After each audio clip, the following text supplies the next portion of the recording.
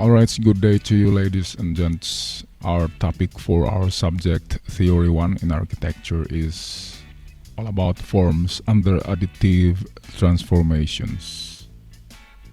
So forms can be linear, curvilinear, or you can arrange form like radial forms and also networking with radials. So let's go ahead.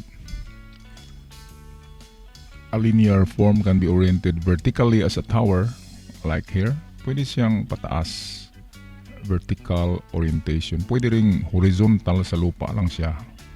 Tulad dito, a linear forms expressing possession or movement. So hindi lang tuwid siya, pwede siyang kabitan ng iba't ibang forma. Ito ay atin na natalakay for our last topic. Ito yung na-touch natin. So here are some example of existing linear formation of existing building in Michigan by Albert Kahn. Hindi mo siya mahalatang linear kasi solid na siya, hindi na siya yung makita mo sa diagram na putol-putol tulad dito.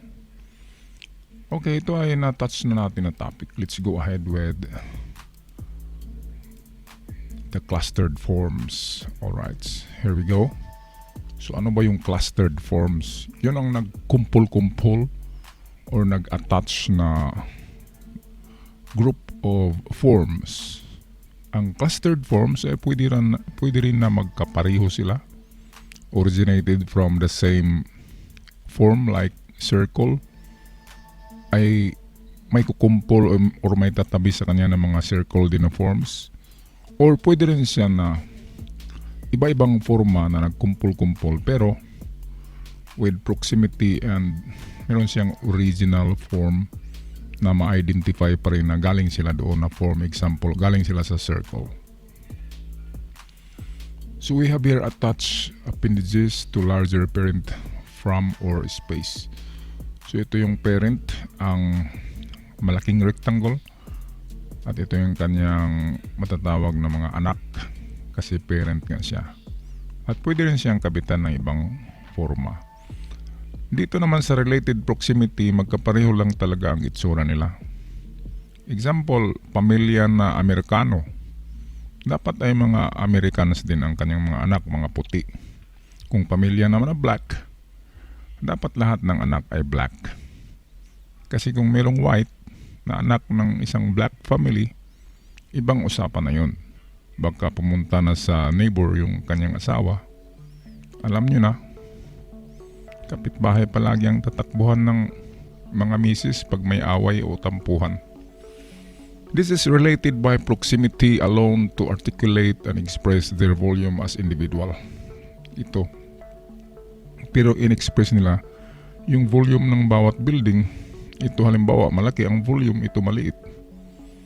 Na-express nila individually ang volume ng bawat structure or building dyan. Pero clustered pa rin sila in a formal manner kasi nakakabit siya na parang face to face. Dito naman, ito yung tinatawag na informal composition. Yung pagdikit niya ay iba-iba ang angle. Wala siyang angle na magkapareho. At may naikabit din siya na ibang klaseng form na hindi related sa mga rectangular. Tulad ng topic natin na 4 ways or 4 possibilities for 2 forms to group together. Ito yung interlock. Nag-interlock yung plan. Ayan, so informal plan yan. Interlocking forms. Their volume merged into single form that have variety of faces. Ang kanilang volume na isa't isa, 1, 2, 3, 4 na volume yan ay nag-merge into a single form. Ang form niya ay naging abstract. Naging informal ang shape niya, hindi mo na ma-configure kung anong shape yan. At meron siyang variety of faces. Ganyan ang mangyari sa clustered forms. Meron ding clustered forms na organized in following ways like this. Ito ay parang beehive, itong mga hexagon. Ito naman ay parang bubbles lang. In figure 1, circles consist of forms that are generally equivalent in size, shape, and function. Kaya tinatawag sila na organized in ways kasi magkapareho ang laki. Dito naman ay organized talaga kasi maganda ang pagka-arrange nila at pareho din ang kanilang sizes. These forms, the hexagons, are visually ordered into coherent non-hierarchical organization, not only by their close proximity to one another but also by similarity of their visual properties. So sa example number 2, hindi lang magkapareho yung itsura pero ang visual properties nila magkapareho and very close in proximity. This is a mentioned example of clustered forms arrangement or composition. Ito ay sa Massachusetts, designed by Peabody and Stearns. Para siyang neoclassical, yung kapanahonan ng pagdating ng panahon ng tinatawag na the modern world or contemporary period. Ito yung parang pinaghalong classical at modern, neoclassical ang tawag dyan. Meron pa siyang gamit na arc. Ang arc ay yan ay Roman under classical tradition of styles. At dito ang bubong yan ay Gothic kasi high pitch at matulis yung bubong. So Gothic and Romanesque combined with modern style, ganyan ang lumabas.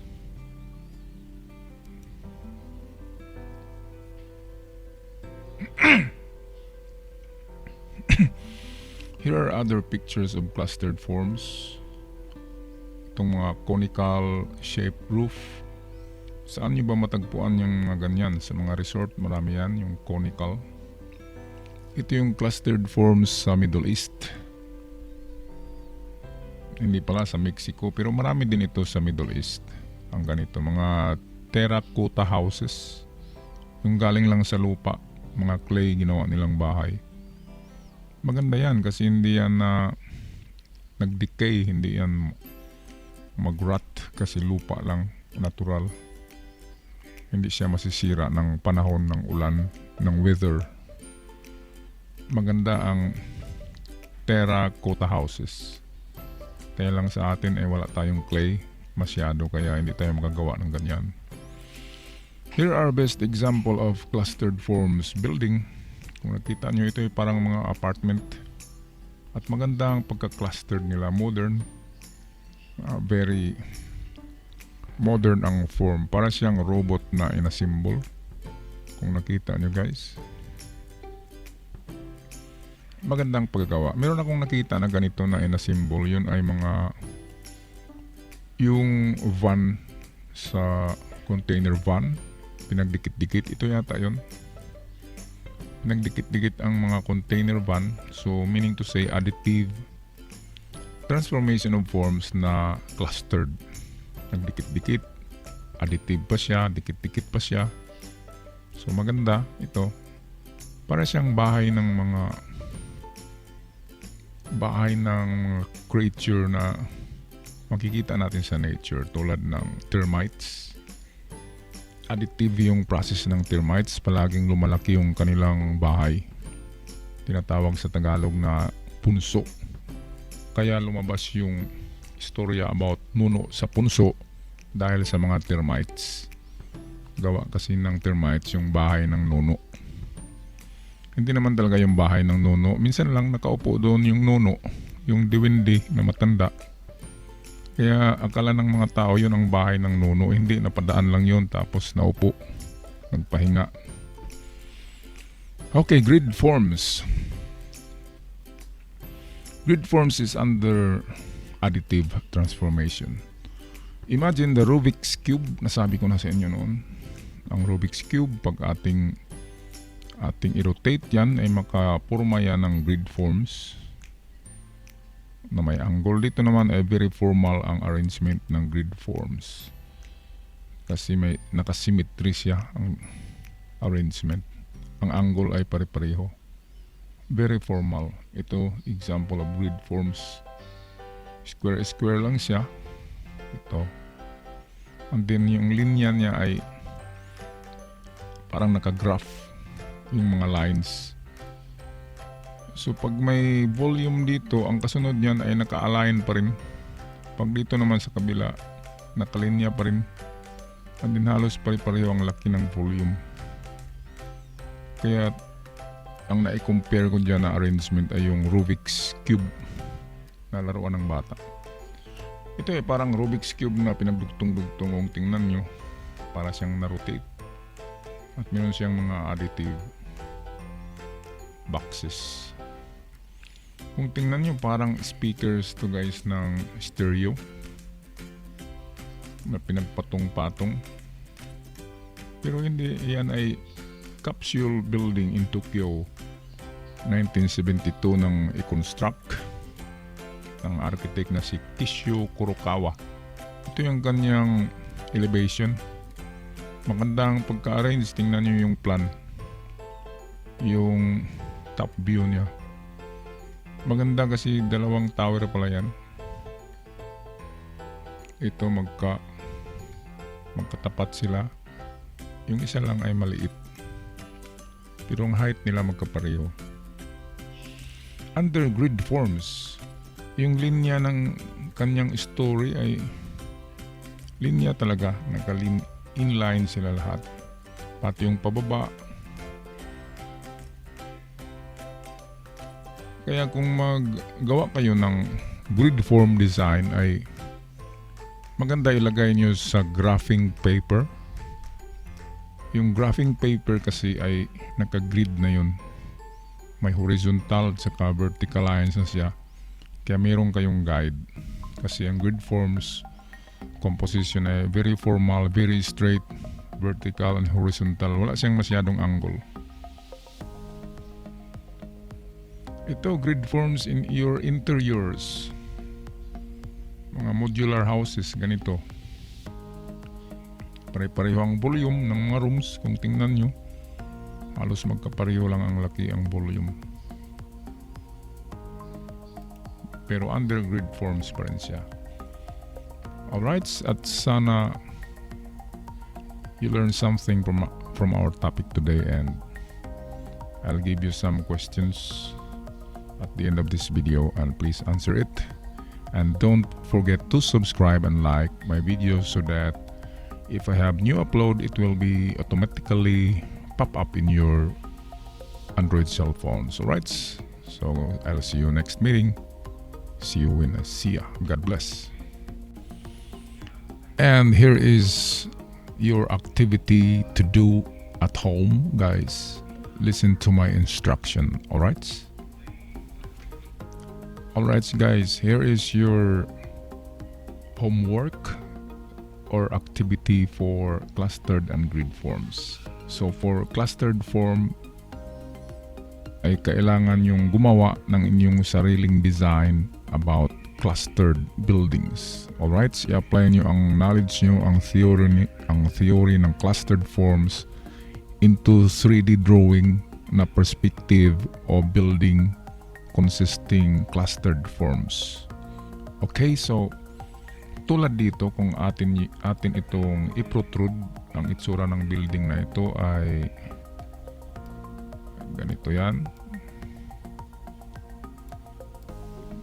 Yung isa dito mababa at meron siyang isa sa harap.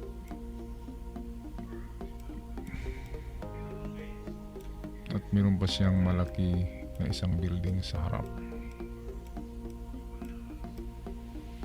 So lagyan natin ng side, yan ang lalabas sa building na yan.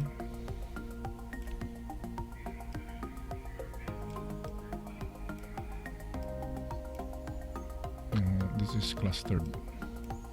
clustered building siya, dikit-dikit. Kung ito naman ang lagyan natin ng sides or volume, ganito ang itsura niya.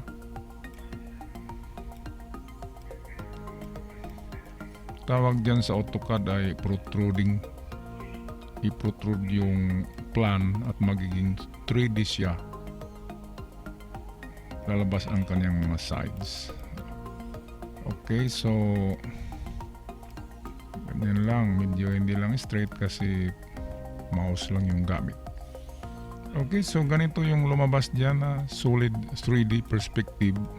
Example lang yan kasi mouse lang yan, guys. So ganito ang gagawin nyo. Gagawa kayo ng isang the best example na naisip nyo na itsura ng building na ang teorya ay about clustered forms. Okay?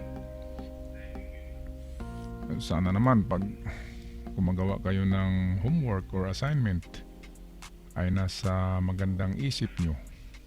Presko at wala kayong iniisip na ibang problema. Okay? So ganito lang ang gawin, pero isang example lang na pinakamaganda na gawa mo. Sa bond paper yan at i-compile pa rin yan sa brown envelope. At kolektahin natin yan pagkatapos ng pandemic. Okay, so punta tayo sa grid forms. Okay, so this is your second activity for the same topic, the grid forms and clustered forms under additive transformation of forms. Okay? So sana ay natandaan nyo pa ang tatlong transformation of forms. Yung una ay bidimensional, pangalawa ay by subtractive method, at ang pangatlo niyan, yan ang pinakamaraming topic, ang additive method. Alright? So, ganito, ang grid forms ay nakagraph yan. Kailangan meron kayong guidelines na graph. Nakaganyan yan, ha? Hindi yan basta-basta. Meron siyang mga linya na tinatawag na grids. Diyan sa grid na yan, diyan mo itapat yung mga design mo. Halimbawa, gagawa ka ng box dito. Ayan. Kung ayaw mo dito na portion, dito ka gagawa. Para bakante yan, pwedeng pumasok dyan ang pwedeng entrance yan, di ba? At sa likod niyan ay volume pa rin yan. Pwedeng habaan mo ang volume para maiba ang itsura ng building dito. Pwede mong dagdagan ng 1 story, ganyan, para hahaba. Tapos dito rin. Tapos yung sa gitna, 1 story lang yun para balanse ang design. Okay? So ito ay 1 story lang. Ito ay 2 story. So kung iharap natin na design yan, ay parang ganito ang itsura niyan kung harap. Kung nakaharap sa atin, ito yung front view niya. Ito yung entrance. Tapos 2 story yan, di ba? O ganyan ang nangyari. Pwede niyong lagyan ng entrances. Ayan. Dito mayroong mga openings.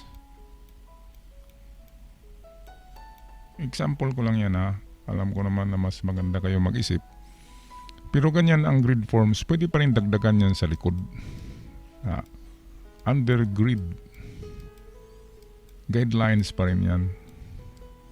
Yung parang graphical yung design mo. Pwede rin dito rin magdagdag ng isa pang volume.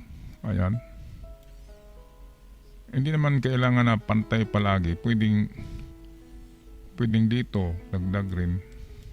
Basta't inline siya sa grid lines na gaganyan. Okay, kulayan natin ng green para mas maintindihan. Dapat yung grid lines niya, ayun ang guide mo para sa mga volume of buildings na i-design mo dyan. Ganyan. Kita nyo na? Inline yung mga boxes, itong mga volume na parang boxes sa grid lines. Pero ang height niyan, walang limit yan. Pwede kang magdagdag dito. Dagdag ka pa ng isa. Or pwede ka halimbawa yung sa container van design, dito ka magdagdag. Pwede rin yan, naka-overhang. Pwede rin dito. Basta under grid lines, yan, nakalinya yan ang mga yan. Dito nakalinya din yan. Ayan, kung i-graph natin yan ay parang graphing paper ang guidelines niya. Alright. So malinaw, ito yung activity number 2. Baka sabihin nyo, wala tayong ginagawa. Yan ang activity number 2, grid forms. Yung kanina, yung clustered forms, yun ang activity number 1. Sa topic na ito, pero meron na tayong naunang mga activities. Okay, so gawin nyo lang ang dapat gawin. Huwag pasaway kasi pandemic ngayon. Hindi naman tayo magkikita. Kayo ang gumagawa ng plano nyo sa buhay. Okay, kaming mga instructor ay guide nyo lang. Binigay namin kung anong dapat pag-aralan na magandang topic para sa ikabubuti ng career ninyo in the future. So stay out from COVID, be safe. I'll see you on our next topic next week. Bye for now.